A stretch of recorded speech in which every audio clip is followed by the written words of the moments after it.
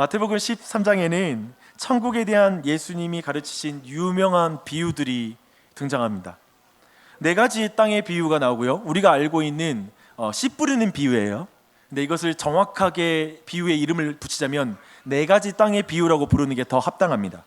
그리고 가라지와 곡식의 비유, 겨자씨와 누룩의 비유, 그리고 세 가지 비유가 이어져요. 우리가 잘 알고 있는 천국은 마치 밭에 감추인 보배와 같다, 그리고 천국은 값비싼 진주와 같다, 그리고 물고기에 잡힌 고기 비유.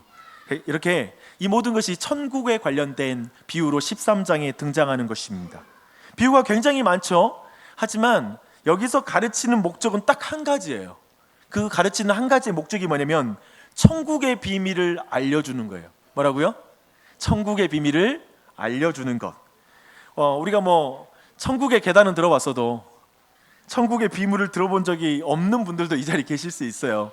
근데 성경에 이렇게 천국의 비밀을 알려주고 있습니다. 네, 11절 말씀을 함께 읽겠습니다. 우리 13장 11절 말씀이에요. 지금 제자들이 예수님께 왜 이 비유로 지금 말씀하시는지에 대해서 물어요. 그러자 예수님이 대답하세요. 말씀하시기를, 대답하여 이르시되 천국의 비밀을 아는 것이 너희에게는 허락되었으나 그들에게는 아니 되었나니 라고 말합니다. 오늘 다루는 천국의 비밀을 알려주는 비유는 사실 하나님이 허락함을 받은 사람만이 깨달을 수 있는 비유예요. 어때요? 이런 말은 일반적인 종교적인 자세와 태도를 가지고 기독교에 접근하는 사람에게는 매우 불쾌한 말이에요. 왜냐하면 천국에 가는 것은 인간하기 나름이지, 수행하기 나름이지, 노력하기 나름이지 라고 생각하는 그런 관점을 말한다면 성경은 인간이 아무리 해도 천국에 갈 수 없다, 인간이 아무리 노력해도 천국에 갈 수 없다라고 성경은 선언합니다. 그리고 도리어 천국은 이런 사람이 천국에 갈 수 있다고 말해요. 내가 노력해서 갈 수가 없어요. 천국은, 내가 천국 시민이 되는 것은 내가 어떻게 자격이 있기 때문에 그렇게 될 수 있는 게 아니에요. 하나님 도와주세요, 예수님 도와주세요 라고 말하는 자가 천국의 시민이 될 수 있다라고 도리어 성경은 말하고 있습니다. 그래서 천국은 허리를 숙이고 들어간다고 말해요. 천국은 무릎으로 간다고 말을 해요. 저도 오늘 말씀을 공부하면서 확인하고 또 확인합니다. 그리고 이 시간 우리 모든 마음이 그런 마음과 태도로 오늘 이 말씀을 듣고 있는지 한번 확인해 보십시오. 무슨 태도냐면 우리는 오직 우리 모두에게는 깨닫는 은혜가 필요합니다 라는 그 마음이 있는지 한번 돌아보세요. 하나님, 내게 깨닫는 은혜를 부어주세요. 성령 하나님이 밝혀주지 않으시면 누구도 천국의 비유를 깨닫지 못할 뿐만 아니라 천국에 들어갈 자가 없습니다 라는 마음이 우리 안에 있습니까? 그래서 기독교의 예배는 근본적으로 우리의 집중력에 의해서 결정되는 게 아닙니다. 사람의 탁월함에 의해서 결정나는 게 아닙니다. 성령 하나님이 이 시간 이 예배 가운데 운행하시고 도와주셔야만 우리는 하나님의 비유의 말씀을 깨달을 수 있습니다. 믿으십니까? 그래서 이 정서가 예배 시간에 제일 중요해요. 이 정서가 아니면 말씀이 우리 안에 머물 수가 없어요. 겸손하게 머문 그 자리에 천국의 비유가 깨달아지는 은혜가 우리 모두에게 있기를 바랍니다. 오늘 우리는 비유의 원저자가 밝힌 대로 천국의 비밀을 아는 것을 목적으로 모든 비유를 풀어갈 거예요. 거기로 다 연결시킬 거예요. 그런 면에서 오늘 보는 우리의 해석은 이전에 우리가 들었던 이 비유들에 대한 해석과 사뭇 좀 결이 다르다라는 걸 알게 될 것입니다. 그렇다고 해서 오늘 해석하는 것을 내가 독특하게 이걸 바꿔서 한 게 아니라 찬찬히 성경을 보면 그 의도에 따라 읽으면 이렇게 읽어진다는 걸 여러분이 자연스럽게 느낄 것입니다. 예수님은 지금 이 네 가지 밭에 비유해서 두 가지의 은유가 나와요. 씨와 밭이라는 은유예요. 근데 이 내용을, 이 씨가 뭔지 그리고 이 밭이 뭔지를 예수님께서 친절하게 해석을 해주세요. 이 씨는 뭐냐면 천국의 말씀, 하나님의 말씀이 이 씨고요. 그리고 이 밭은 사람들의 마음입니다. 그래서 이 네 가지 밭에 씨가 뿌려지죠. 이 씨는 동일한 씨입니까? 품종이 다른 씨입니까? 우리 농경영 지체들도 충분히 알 수 있겠죠. 동일한 씨앗이에요. 우리 농부들도 마찬가지로 동일한 씨를 뿌린 거예요. 근데 소출하는 그 열매 맺는 것이 완전히 달라요. 왜 그럴까요? 씨는 같은데 왜 소출하는 결과가 다르죠? 밭에 문제가 있기 때문에 그렇습니다. 그래서 이 내용이 오늘 말씀의 이 첫 번째 비유의 대략의 내용이에요. 근데 우리는 사실 이 내용의 해석을 어떻게 익숙하게 들어왔냐면 이것이죠. 설교를 들을 때 마음의 태도가 중요합니다. 이렇게 길가의 마음이 있고 돌짝밭의 마음이 있고 그리고 가시덤불의 마음이 있습니다. 이런 마음에는 말씀이 열매를 맺을 수 없습니다. 여러분, 말씀의 은혜 받으려면 여러분 이렇게 아주 마음을 비우고 이렇게 옥토버 같은 마음의 은혜가 있길 바랍니다. 이렇게 할 때 우리는 익숙하게 받아왔던 말씀이에요. 이게 완전히 틀린 말씀은 아니에요. 하지만 이런 해석은 천국의 비밀을 아는 데에는 지금 분명하게 거기까지 이끌어주는 해석은 아니라고 생각합니다. 그래서 좀 더 천국의 비밀과 관련해서 이 비유를 한번 해석하면 내용이 선명해져요. 지금 하나님은 이렇게 말하는 거예요. 말씀을 통해 우리의 마음의 천국을 시작한다라고 말하는 거예요. 천국이 어디서 시작된다고요? 사람들이 말씀을 마음에 받아들일 때 하나님의 통치가 시작돼요. 즉 우리 이 말하잖아요. 부모가 그 국가에서도 대통령의 영이 선다라고 말하잖아요. 대통령이 하는 말에 의해서 움직이기 시작할 때 그게 대통령의 통치가 시작된 거예요. 그렇죠? 그런 것처럼 하나님의 말씀이 내 마음에 들어올 때 하나님의 통치가 시작되는 것이고 거기가 바로 하나님의 나라예요. 그래서 이 시간에 하나님의 말씀을 내가 아멘하고 믿고 내 마음에 그 말씀이 들어오면 그때 우리의 하나님 나라가 임한 거예요. 이렇게 지금 해석할 수 있죠.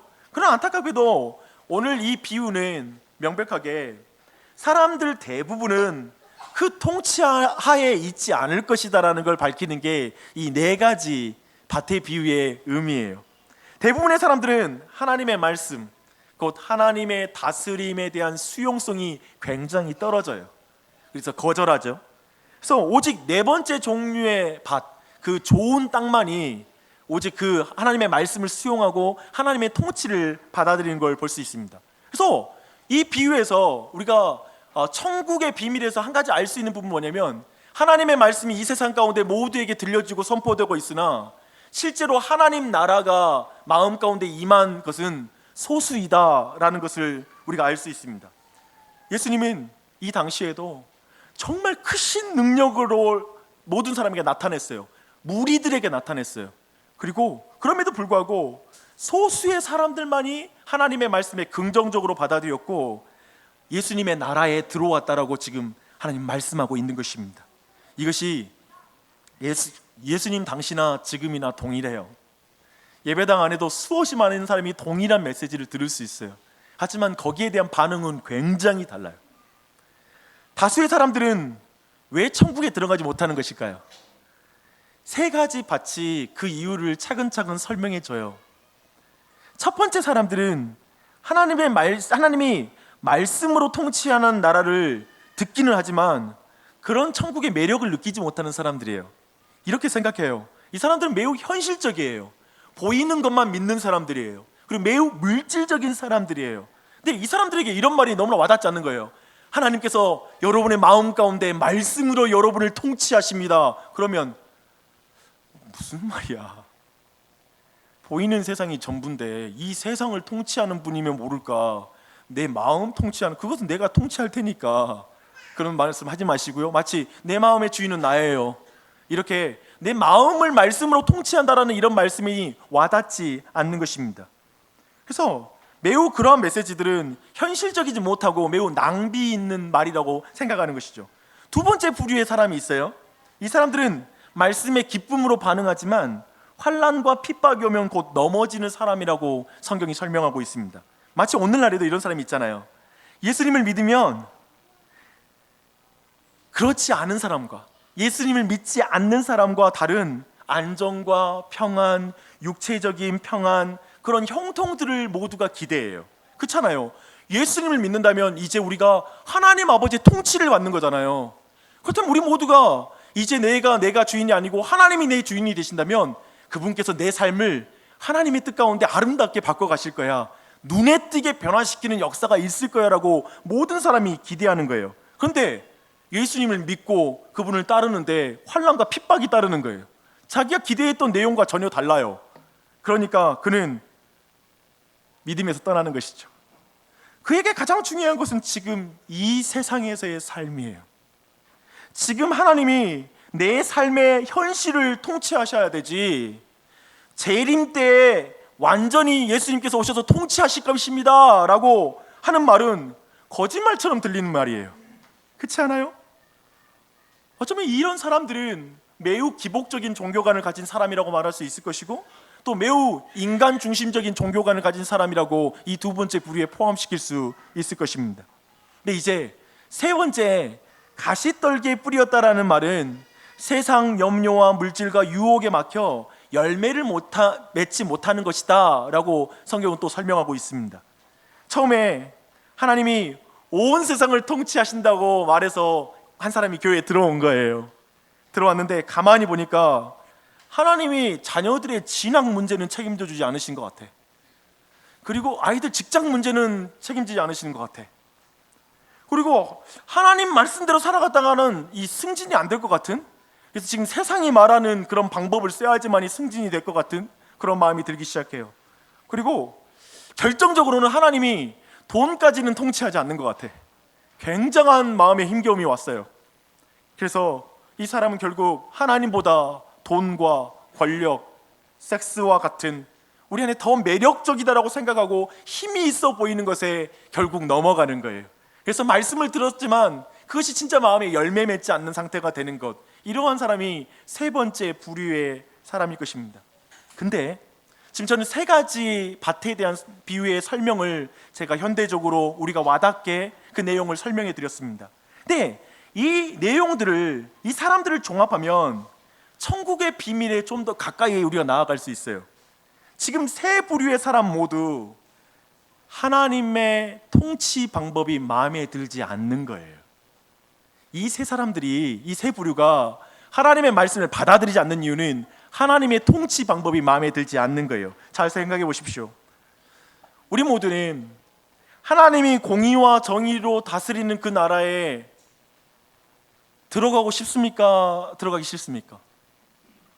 들어가고 싶죠. 하나님의 공의와 정의가 시행되는 하나님 나라에 들어가고 싶어요. 모든 사람은 불평등이 사라지고 소외가 사라지는 그곳을 거절할 이유가 없어요.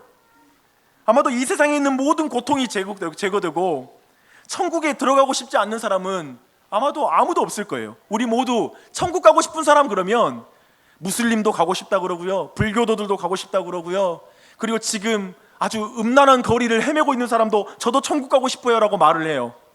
다 그렇게 말을 해요. 그런데 하나님이 왜 지금 여기에서 지금 그럼에도 하나님의 나라를 모든 사람이 거절하고 하나님의 말씀의 통치를 받기를 싫어한 건 뭐냐면, 모든 사람이 하나님이 왜 지금 말씀으로 마음만 통치하자는 거예요.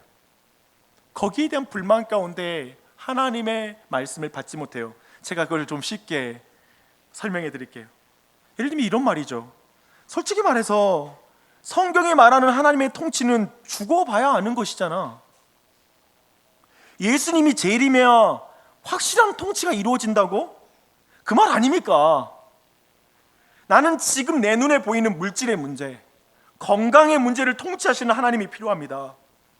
육아 문제를 해결할 수 있는 하나님이 필요하고요, 나는 지금 내 삶의 역경과 환난을 해결하려고 다스릴 수 있는 그 통치자를 난 믿고 싶은 것입니다. 나는 지금 내 돈 문제와 승진 문제까지 통치하시는 하나님이 필요합니다. 제발 기독교, 제발 교회, 제발 성경은 말씀으로 마음에만 임하는 하나님 나라와 같은 뜬구름 잡는 말 좀 그만하십시오. 마음에만 임한다고요? 죽어봐야 안다는 말 아닙니까? 왜 자꾸 그런 말씀하세요? 그것은 내게 전혀 매력적이지 않은 천국관입니다. 천국에 대한 말씀입니다 라고 사람들이 말하는 거예요. 다시 한번 정리하십시오. 지금 대부분의 사람들이 천국을 거절한 이유는 단순히 세상이 좋아서가 아니에요. 세상의 쾌락이 좋아서가 아니에요. 단순히 세상에 즐거운 게 많기 때문에 사람들이 천국의 말씀을 받아들이지 않는 게 아니라는 거예요. 도리어 지금 비유의 초점은 거기에 있지 않는 거예요. 지금 비유는 뭐냐면, 하나님 지금 이 세상을 다스리는 것을 전혀 느끼지 못하겠다는 거예요. 그러니 죽어봐야 알 수 있는 하나님의 나라를 위해 이 세상의 가치를 포기할 수는 없겠다는 거지. 이해되세요? 죽어봐야 아는 걸 내가 위해서 내가 왜 지금 하나님의 통치를 받아들여야 돼요? 죽어봐야 천국 가야, 이제 죽어봐야 하나님 계신 거 알 텐데 지금 그분 말씀대로 이 땅에 살아가면서 고난을 당하고 내가 누릴 거 못 누리고 내가 참고 절제하는 삶을 왜 살아야 되냐고. 죽어봐야 아는데, 예수님 재림해봐야 그 통치를 알겠는데. 그래서 죽을 때 예수님 믿고 하나님 통치를 받는 것은 해볼 만한 도박이에요. 그래서 사람들이 이렇게 말해요. 죽기 전에 믿을게요. 죽기 전에 누가 못 믿어요.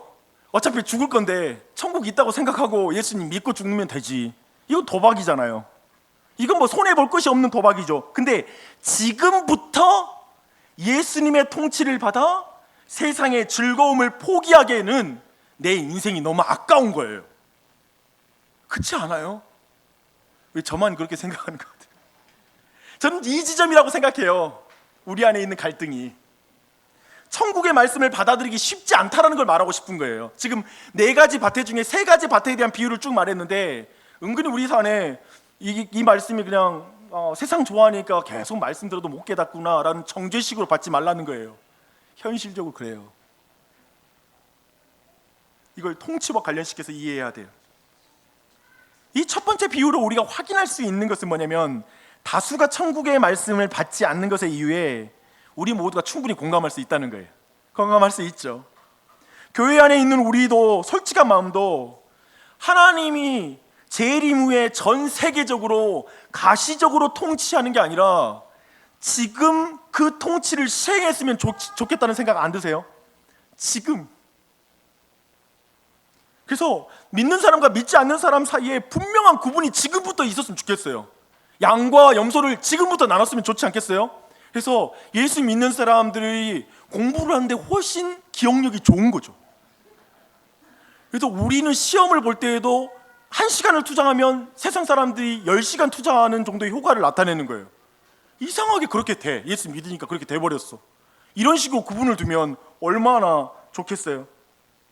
우리 모두 안에 있는 갈망이 그거예요. 내가 예수님 믿는데 전 마음으로만 다스리지 마시고요, 내 인생 통째로다가 그냥 하나님이 좀 다스려 주십시오. 이 마음을 우리 안에 갖는 거예요. 저는 이 마음이 있어요. 저는 우리 교회 중에 정말 하나님 앞에 신실한 사람이 질병 가운데 고통당하는 걸 보면 막 마음이 하나님의 통치는 치유거든요. 하나님 빨리 임하셔서 주님 완전히 저 병이 고쳐질 수 있도록 역사해 주십시오. 하나님 그거 좀 다스려 주세요라고 저는 그렇게 기도가 나와요. 우리 안에 이런 마음이 다 있어요.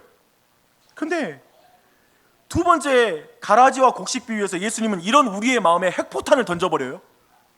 예수님 정확하게 의인과 악인에 대한 분명한 구분과 그들에게 맞추면 통치를 해주십시오. 난 예수 믿으니까 조금 맞춰서 좀 통치 좀 해주세요 라고 기대하는 우리의 요구에 대해 거절하시면서 이렇게 말해요. 아니 내가 마지막 날에 의인과 악인을 분리할 때까지 가라지는 곡식 바로 곁에 있어야 돼. 가라지는 곡식 바로 곁에 있을 거야. 마지막 심판 때까지 눈에 가시적으로 악인과 선한 자들에게 차이점이 분별되거나 예수 믿으면 확 좋아진다거나 이런 구별이 안 될 거야. 그런 방식으로 통치하지 않을 거야. 지금 이 말씀을 하시는 거예요.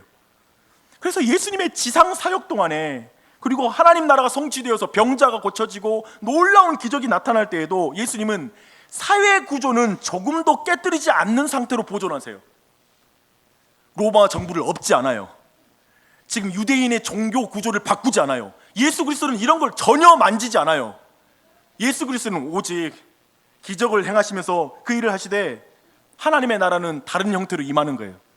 그 후로 하나님 나라는 현재 사회 구조를 깨뜨리지 않는 역사를 침투해 들어오는 하나님의 나라예요. 이 세상에. 여기에 하나님 나라, 천국이 무엇인지에 대한, 천국의 비밀이 무엇인지에 대한 정확한 표현이 이것입니다. 잘 들으십시오. 이 한 줄이 굉장히 중요해요. 하나님의 나라는 이미 임했습니다. 그러나 사회는 파괴되지 않았습니다. 이것이 왕국의 비밀입니다. 지금 천국의 비밀이 뭐냐면, 천국이 우리 눈에 띄게, 모든 사람은 눈에 띄게 천국이 임할 거라고 생각했는데, 천국이, 사회는 그대로 있고 변한 건 하나도 없는데 천국에 거기 이미 임했대. 이게 천국의 비밀이래요. 이게 무슨 말인지 모르겠죠? 좀 더 살펴보게요. 지금 예수님은 천국의 비밀에 대해 선명하게 말하는 거예요. 우리는 하나님이 눈에 보이는 사회를, 그리고 현실을, 고통스러운 노동 환경을 무더운 날씨를 완전히 통치하지 못하는 것 같다고 말해요. 사실 그렇잖아요. 하나님이 제대로 통치하고 있는 것 같은 느낌이 안 들어요. 내 인생만 봐도, 우리 인생만 봐도 그렇잖아요. 여러분, 직장 문제 하나만 틀어져도 하나님 앞에 원망한다고요. 내 몸 조금만 피곤해도 짜증낸다고요. 그게 인생이라고요. 그래서 거기에 하나님의 통치가 없는 것 같다고요. 그래서 재림 이후에 하나님이 온 우주를 통치한다라는 약속을 믿지 못해요. 지금도 내가 눈에 봐도 하나님이 통치하지 않는 것 같은데, 내 인생도 하나님이 다스려주는 거 아는 것 같은데, 재림 후에 예수님 오십니다. 예수님 오십니다. 예수님 오십니다. 와셔서 완전하게 이 세상을 바로잡습니다. 바로잡습니다 라고 아무리 들어도 무슨 소리, 하나도 내 인생 다스리는 것 같지 않아. 우리 직장 현실을 몰라서 하는 말이야. 세상은 더 악해질 뿐이야 라고 말하는 거예요. 천국이 이 땅에 이런 식으로 임하면 안 되지. 예수님 이왕에 천국이 이 땅에 임하실 거라면 좀 다른 형태로 좀 힘있게 좀 임하지. 왜 이렇게 무력한 모습으로 천국이 임했다고 그래? 그게 천국의 비밀이라고? 뭔 비밀이야. 우리는 이런 하나님의 통치가 하나님의 말씀을 믿지 못하는 이유라고 우리는 외쳐요. 난 이래서 하나님의 통치 방식이 마음에 안 듭니다. 그래서 하나님이 그렇게 임할 것도 못 믿겠습니다. 예수님은 그것이 천국의 비밀이라고 지금 말하고 있거든요. 그래서 지금 13장의 비유는 계속해서 예수님의 초림부터 예수님의 재림까지의 하나님의 나라는 부분적인 통치에 머물 거라고 말하는 거예요. 부분적인 통치예요. 되게 신학적인 내용이긴 하지만 저는 이런 내용이 이해 안 되면 우리 삶의 여러 가지가 해석이 안 되는 거라고 생각해요. 가볍게 말씀을 이해해서는 우리 인생 전반을 담아내는 성경을 이해할 수 없어요. 근데 이 부분적인 통치, 예수님의 초림부터 재림까지 지금 우리가 사는 시대에는 하나님의 통치는 항상 부분적일 거라는 거예요. 그래서 심지어 교회마저도 순수하지가 않아요. 교회 안에도 가라지가 있어요. 그래서 많은 사람들이 교회를 떠나요. 가라지가 가득하다고. 교회에 대한 확신을 잃어버려요. 그리고 하나님의 통치를 의심해요. 교회를 통해서 하나님이 일하신다고? 한국교회 됐다고 그래. 한국교회 정말 싫어 라고 말하는 거죠. 예수님은 정확하게 우리의 이런 마음을 알아요. 우리 안에 기독교인이 얼마나 무력해 보이고, 그리고 교회가 얼마나 이 세상 속에서 아무런 위치와 빛과 소금의 사명을 감당하지 못한다고 생각하고 지극히 작아 보이는 것, 현실의 권력은 너무 강해 보이고 이 세상은 너무 강해 보이는데 신자들은 너무 무력하다고 말하는 그 감정을 정확히 알아요. 그래서 겨자씨와 누룩의 비유를 이어서 말해요. 겨자씨도 굉장히 작은 씨앗으로 알려져 있고 누룩도 반죽통에서는 지극히 작은 소량에 지나지 않아요. 그래서 이 비유가 강조하고 있는 것은 겨자씨도 누룩도 땅과 반죽통에 삼켜지는 것처럼 보인다라는 거예요. 그렇지 않아요? 즉 재림 때까지 교회는, 그리고 하나님의 통치는 늘 작아 보일 것이고요, 보기에 중요하지 않는 것처럼 보일 거라는 거예요. 그리고 여러분 자신도 그렇게 중요하게 보이지 않을 것이고 여러분 스스로 끊임없이 난 작다라는 느낌에 시달릴 거라고요. 늘 시작은 이렇게 실패하는 것처럼 보일 것이라고 지금 이 비유를 통해 강조해서 말하는 거예요. 이 비유는 말씀이 마음에 임함으로 시작된 하나님의 나라가 너무 작아 보입니다. 무력해 보입니다. 뜬구름 잡는 것 같다고 생각하는 사람에게 눈에 보이는 증거로 들이미는 게 이거예요. 야, 너 겨자씨하고 누룩 봐라. 없는 것처럼 보이지? 작아 보이지? 근데 이것이 나중에 어떻게 되는지 한번 눈으로 봐봐. 너도 알잖아. 겨자씨가 나중에 크면 얼마나 많은 새가 깃들 수 있는지, 작은 누룩이 얼마나 많은 통에 밀가루 반죽을 부풀게 하는지 네 알잖아. 보여주라고? 그래, 그 증거가 누룩과 겨자씨야. 내 나라는 누룩과 겨자씨와 같아 라고 말하고 있어요. 또 이 비유는 악으로 치닫고 있는 사회의 구조, 변하지 않을 것 같은 윤리의 추락, 동성연애의 정말 흥행, 그리고 수없이 많은 것들이 지금 죄악이 도덕적으로 타락해 가는 것, 그 속에서도 교회마저도 가라지들이 모인 소굴처럼 보이는 현실, 교회마저도 세상의 포로가 된 것 같아서 세상 속에서 교회는 전혀 보이지 않는 이 시대를 살고 있다고 생각하는 그 사람들에게, 그래서 예수님이 다시 오는 재림에 대한 소망을 잃어버린 사람들에게 이렇게 말하는 거예요. 겨자씨와 누룩을 봐라. 겨자씨와 누룩을 봐라. 겨자씨를 땅에 뿌리면 씨가 보이겠느냐? 누룩을 반죽에 넣는 그 순간에 그 누룩이 어떤 역할을 하는지 볼 수 있겠느냐?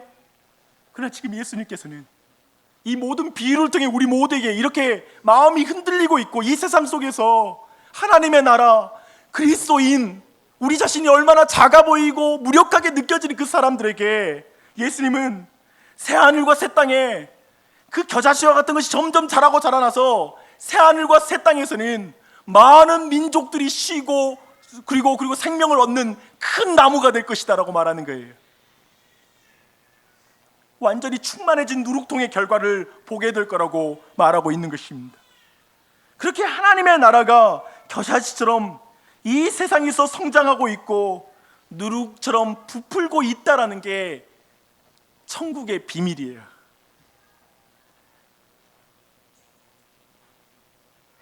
어때요? 누군가에게 이 천국의 비밀은 부족해 보일 것이고 누군가에게는 큰 확신으로 와닿을 거예요. 설교 서론에서 말했습니다.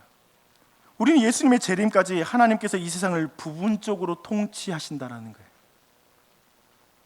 말씀으로 마음에 임하는 하나님 나라에 대한 설명을 들었고 이 세상의 겨자씨와 누룩과 같은 소수자로서 하나님 나라가 시작된 사실 때문에 많은 사람이 천국을 확신할 수 없다라는 것도 배웠어요. 보이는 것이 전부인 것 같은 이 마음을 우리 모두는 지울 수 없다라는 걸 살펴볼 수 있습니다. 죽어봐야 알지라는 생각이 교회당에 와서도 끊을 수가 없어요. 보이는 현실은 아무것도 바뀔 것이 없는데 하나님이 통치하고 있다는 하나님의 말씀을 도저히 믿을 수 없는 그럴 때가 우리 안에 있어요. 마지막에 있을 전 우주적인 하나님 나라의 도래에 대한 확신이 우리에게 없는 순간이 있어요. 그래서 많은 사람들은 한마디로 현실에 맞춰 살아요. 이 세상 즐거움을 다 버리는 게 너무 어려운 거예요. 그래서 이 천국 비유 이런 내용은 우리에게 잘 와닿지가 않아요. 그런데 예수님은 정확히 그 지점을 막 비집고 들어가는 거예요. 지금 그 느낌을, 우리가 느끼는 그 모든 감정을 비집고 들어가요. 도리어 그것이 천국의 비밀이라고 역전시켜서 설명해요. 44절로 46절 한번 보십시오. 여기서 보여주는 비유는 그것을 잘 설명하고 있습니다. 천국은 밭에 감추인 보화와 같아 사람들이 이를 발견하면 그것을 숨겨뒀다가 돌아가서 자기의 소유를 팔아 그 밭을 사지 않겠어? 천국은 진주와 같아 라고 말하면서 그 또한 더 살 거라고 말합니다. 이 비유의 굉장히 정교함을 보십시오. 이 비유는 굉장히 정교해요. 지금까지 가르친 전체를 요약하고 있어요. 예를 들면 이렇게 요약하고 있는 거예요. 천국을 발견하는 곳은 내 일터야. 밭에서 보물이 숨겨 있잖아요. 내 일터, 천국이 발견되는 건 내 일터야. 세상 사람들과 함께 일구는 밭, 사회, 회사, 그곳에서 나의 통치가 시작돼. 그곳에서 하나님 나라는 임해. 나의 나라는 일상에 숨겨 있단다. 천국은 결코 산과 강, 바다, 휴가지에 있지 않단다. 우린 곧 있으면 휴가가 오잖아요. 천국이 기다리는 거지. 이 천국은 그런데 우리 일상에 있는 거예요. 밭에 있는 거예요. 저 상인에게는 상거래하는 그 장소에, 진주도 상거래하는 그 장소잖아요. 거기에 진주가 있는 거예요.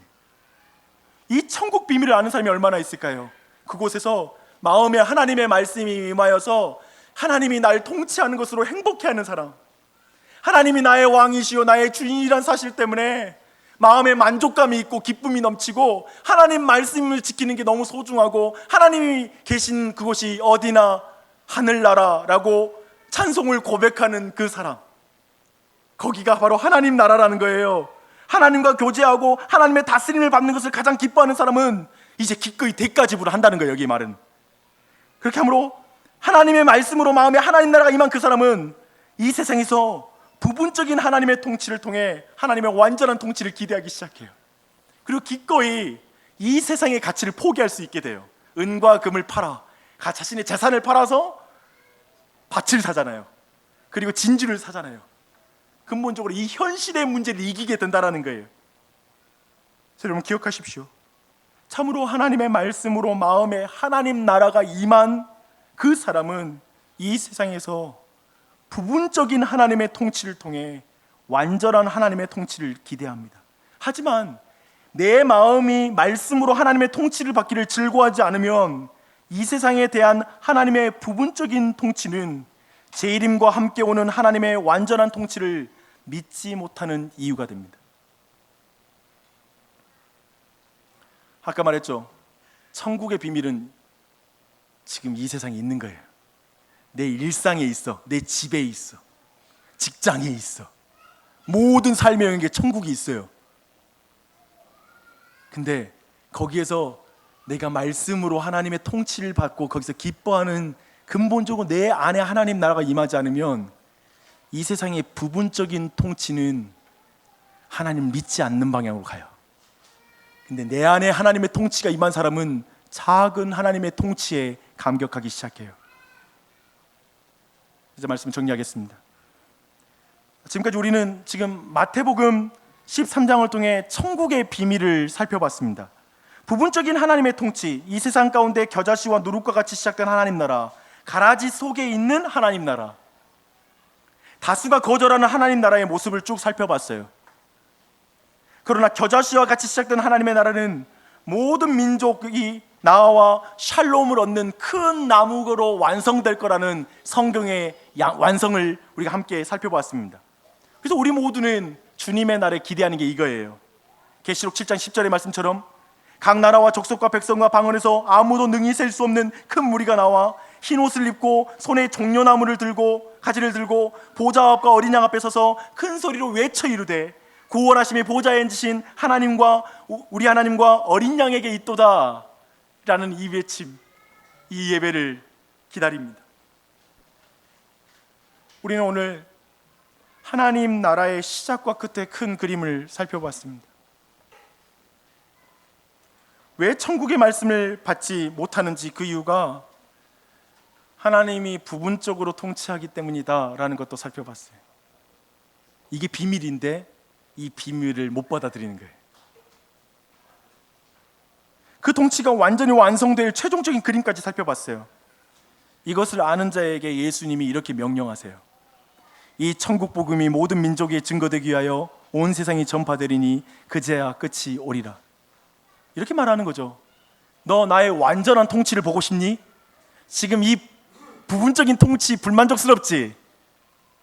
그러면 이 천국 복음을 온 세상에 전해라. 그러면 완전한 통치를 보게 될 것이다. 핵폭탄을 베개로 베고 자는 시대가 오면 종말이 오는 게 아니라 이 복음이 온 세상에 증거되면 그때 종말이 올 것이다. 주님이 오실 것이다 라고 말하고 있습니다. 이번에 저희 교회는 첫 여름 선교 여행으로 티베트 지역을 향해 나아갑니다. 티베트 땅은 기독교 선교 역사의 무덤이라고 불리는 땅입니다. 무슬림 지역도 무덤이라고 말하는데요, 제가 무슬림 선교사로서 티베트 지역을 방문한 적이 있지 않습니까? 제가 가본 결과 티베트 불교 장난 아닙니다. 제가 그런 별명을 지었어요. 저들은 종교 짱아찌다.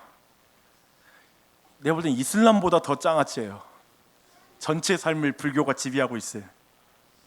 그 땅은 어쩌면 천국 복음이 열매 맺지 않는, 하나님의 말씀이 우리나라보다 선교 역사가 길거든요. 수없이 많은 복음의 말씀이 선포되었지만 그 땅에서 열매 맺지 않는 매우 거친 땅입니다. 그곳에 제가 존경하는 선교사님이시고 제 동지인 최익두 최하나 선교사가 있습니다. 2005년부터 그곳에 있었으니까 14년 차가 되었어요. 티베트 쪽에 열매는 거의 거두지 못하지만 10수년 동안 중국에 남아있는 사람을 찾아보는 게 되게 어렵습니다. 제가 아는 한 그는 중국에서 티베트 쪽 사역하는 선교사로는 가장 오래 사역하고 있는 사람 중에 한 사람이고, 그리고 그 사람은 티베트 선교사들 중에 티베더를 할 줄 아는 많지 않은 선교사 중에 한 사람입니다. 저는 그와 그 가정을 매우 존경하고 사랑합니다. 한 번은 열매가 없는 그 땅에서 지내는 게 어렵지 않나라는 그런 질문을 했습니다. 그때 그 친구가 이렇게 말하더라고요. 당연히 어렵다.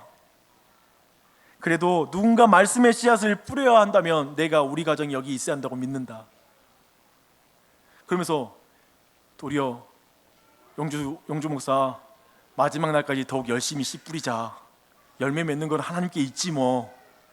그러면서 도리어 저를 위로하고 격려를 받은 경험이 있습니다. 수백만의 티베트 족 속에 선교사란 참으로 겨자씨와 같은 존재입니다. 중국을 뭐라 부릅니까? 따구어, 대국. 우리 한국 뭐냐면 샤오구어, 샤오미잖아요. 샤오미가 작은 뭐지? 뭔미라고 하겠죠. 작은 미. 근데 한국은 소국이라고 말하잖아요. 근데 중국이라는 그 큰 나라 안에 거의 한 3분의 1 정도의 영토가 티베트 땅이에요. 근데 거기에서 선교사의 위치는 얼마나 미미합니까? 얼마나 작아봐요. 누룩 아닙니까? 삼켜진 것 같잖아요. 그 땅에서 안 보이는 사람들이죠. 더구나 모든 밭이 얼마나 척박합니까?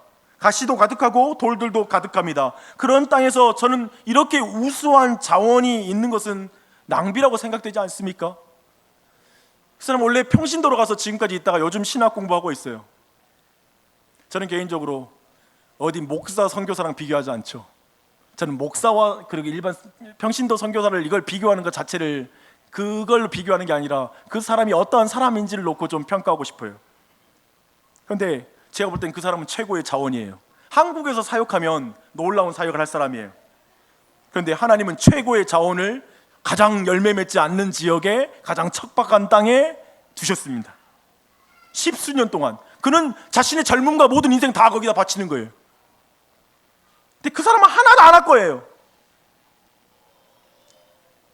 저는 그들이 티베트 땅에 하나님이 감춰둔 보물이라고 믿습니다. 물론 그들이 가진 복음이 보석이죠. 하지만 그 땅에 있는 민족들은 똑같은 사람이죠. 똑같은 선교사, 똑같이 살고 있어. 근데 어느 순간 그들에게서 보석을 발견할 것입니다. 보물이신 예수 그리스도를 발견할 것입니다.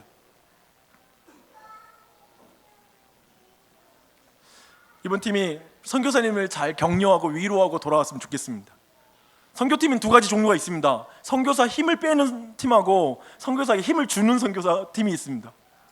후자가 됐으면 좋겠습니다. 기도해 주십시오. 중국에 우리 팀은 12명이에요. 작은 팀이 들어가는 건 무슨 영향을 주겠어요. 저는 우리 팀이 가서 제발 영향을 받았으면 좋겠어요. 티베트 불교에 영향 받는 게 아니라 선교사님에게 은혜를 많이 받았으면 좋겠고, 우리 팀 안에 예수님 믿어야 할 사람이 질비해요. 예수님 만나야 될 사람들이. 그래서 정말 예수님 만나는 역사, 그 마음밭이 기경되는 역사가 있었으면 좋겠어요. 굉장히 소망감이 있어요. 아이들 마음이 기경되기를. 그래서 마음에 돌짝밭과 가시 같은 것들이 다 걸러지기를, 성령께서 옥토밭의 마음으로 변화시키는 여행이 될 수 있도록 하나님 그런 계기를 마련해 주시기를 간구합니다. 그래서 천국의 비밀을 알고 돌아왔으면 좋겠어요. 주 안에 사랑하는 여러분, 항상 기억하십시오. 사실 우리 밭이 돌짝밭이에요. 우리 밭이, 우리 마음이 길가밭이에요. 우리 마음이 가시밭이에요. 그런데 그 마음이 변화되는 건 오직 예수 그리스도의 은혜가 필요해요. 길가와 같은 불신앙을 위해서 예수님이 우리의 길로 들어오셔서 우리를 구원하셨습니다. 돌짝밭과 같은 마음을 기경하기 위해 예수님의 살이 채찍에 갈라지고 기경되었습니다. 가시밭과 같은 우리의 마음을 위해 예수님께서 가시관을 쓰셨습니다. 그 예수 그리스도의 은혜, 그분의 은혜로 우리의 마음이 옥토밭의 마음이 되는 은혜가 있길 바랍니다. 그거 외에는 소망이 없어요. 우리 안에 하나님과의 교제가 회복돼야 합니다. 내 마음이 천국이 돼야 돼요. 내 마음이 천국이 돼야 돼요. 하나님과의 교제가 회복돼야 돼요. 그렇게 내 마음이 천국이 되면 있잖아요, 하나님의 부분적인 통치에 눈이 열려요. 그리고 감사가 일어나는 거예요. 부족한 삶을 인내하고 주님이 오실 완전한 통치를 기대하면서 이 땅을 살게 돼요. 그게 천국이 임한 마음이 가질 수 있는 유일한 방법이에요. 최근에 이내 형제랑 통화를 지난주에도 했어요. 그 누나 된 분이 폐혈증이 와가지고 이제 쓰러져가지고 심정지까지 왔으니 얼마나 절망적인 상황까지 갔어요. 그리고 손끝이 그리고 발끝이 괴사되기 시작했거든요. 근데 전화를 처음 받았을 때, 심정지 됐을 때 저한테 바로 전화를 했는데 그냥 우는 거예요. 우는 거. 목사님 하는데 말도 못 알아듣겠어요. 그냥 울면서 기도해달라고, 기도해달라고, 죽게 생겼다고, 누나가 죽는다고 기도해달라고 그 말하고 딱 끊는 거예요. 아이고, 마음이 얼마나 아픈지. 근데 요즘 엊그제 또 전화했어요. 근데 마음이 뭐냐면, 목사님 감사해요, 감사해요, 감사해요. 하나님이 역사해 주셔가지고 다시 살아났어요. 근데 사실은 손끝에 괴사된 게 얼마만큼 지냈는지 몰라요. 이제 회복되어도 이젠 손가락을 잘라야 될 수 있고, 그리고 손목을 잘라야 될 수 있고, 발목을 잘라야 될 수도 있어요. 근데 제가 아직도 그 말이 기억나요. 막 죽어갈 때 그 말 하더라고요. 자기는 손다리 다 없어 좋은데 누나 업고 다닐 테니까 하나님께 살려달라고 기도했다는 거예요. 살려달라고. 그러다 보니까 이제 누나가 그렇게 다시 살아나니까 너무 감사가 넘치는 거예요. 하나님께서 완전하게 통치해가지고 다 나오면 좋죠. 하나님이 완전히 다 고쳐지는, 하나님의 통치가 완벽하게 보여. 이 세상에 하나님이 고치는 게 다 보여. 정제, 사회, 문화 모든 걸 하나님이 다 고쳐. 그걸 다 보면 좋죠. 근데 이미 죽었던 자가 다시 살아나면 하나님이 부분적으로 통치하는 게 눈에 보이는 거예요. 내 삶에 작게 하나님이 다스리는 게 보이니까 감사가 회복되는 거예요. 막 그래서 작게 작은 걸로 하나님 감사합니다, 감사합니다, 하나님 다스리십니다. 불완전한 상황 속에서도 그렇게 인내하며 최종적인 마지막 예수님 오신 날을 예비할 수 있다는 거예요. 할렐루야. 이게 오늘 말씀의 내용입니다. 그런 애 우리 모두에게 있기를 바랍니다.